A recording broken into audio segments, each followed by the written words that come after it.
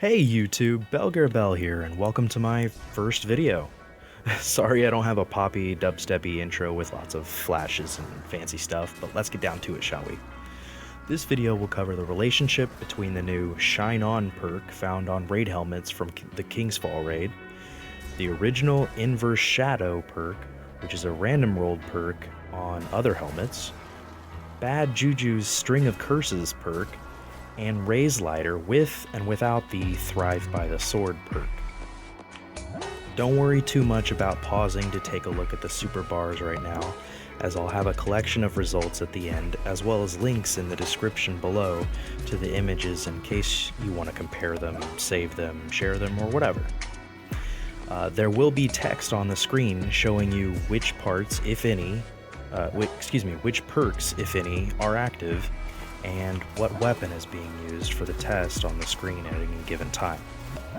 All testing is done with at least 300 intellect, but the results I got at the end tell me that if I want to be completely and utterly thorough, testing without 300 intellect might actually be a good idea. More on that later. Shout out real quick to WDoE of YouTube for providing a solid enough method of testing with this video that I'll link you to in the description. If you find my video helpful at all, please help me by going to his channel and dropping his video a like. Again, the link is in the description.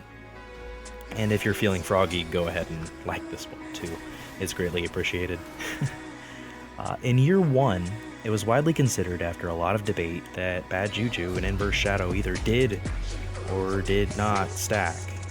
Meaning, most thought it did, but others toted around claims that it didn't, and it just led to a lot of confusion.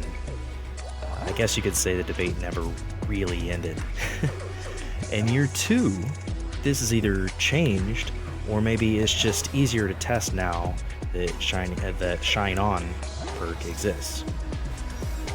The results are going to seem a little strange at the end, and I'll explain why.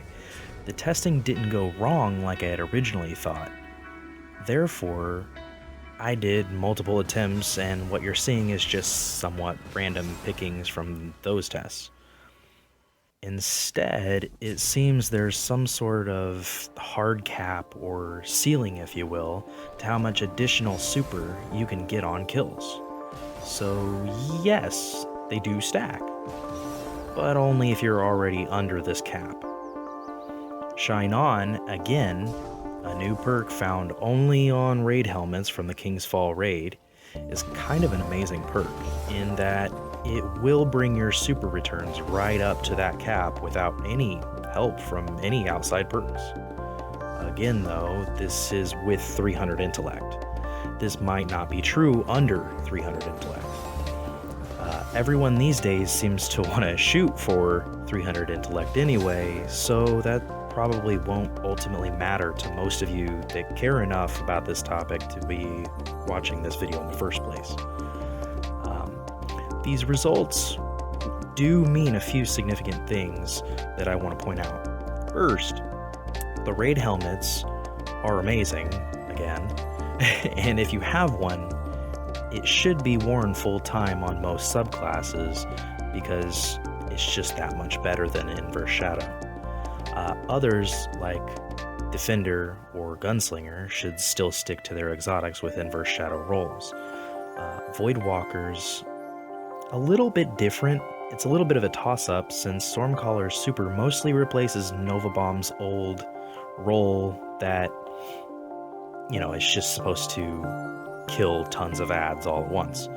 So I would stick to the raid helmet over Obsidian Mind actually, unless you're killing a lot of ads all at once with just Nova Bomb.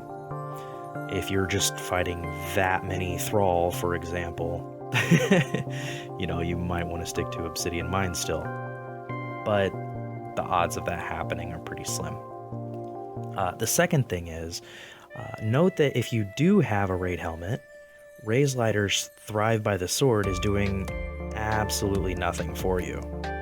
So you should be using the Scabbard perk instead to bring your total ammo up from 55 to 68.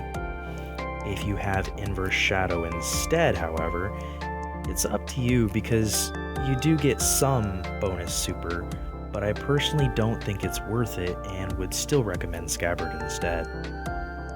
My recommendation for those without a Raid Helmet or Inverse Shadow: buy a Vendor Helmet with Intellect and Inverse Shadow, re-roll your exotic helmet with the new Glass Needles item offered by Zur, or just do some more praying to Art and Jesus. It will make a difference over the course of a strike, so it's something you definitely want to shoot for. If you're just having that bad of luck with it, sorry. Good luck.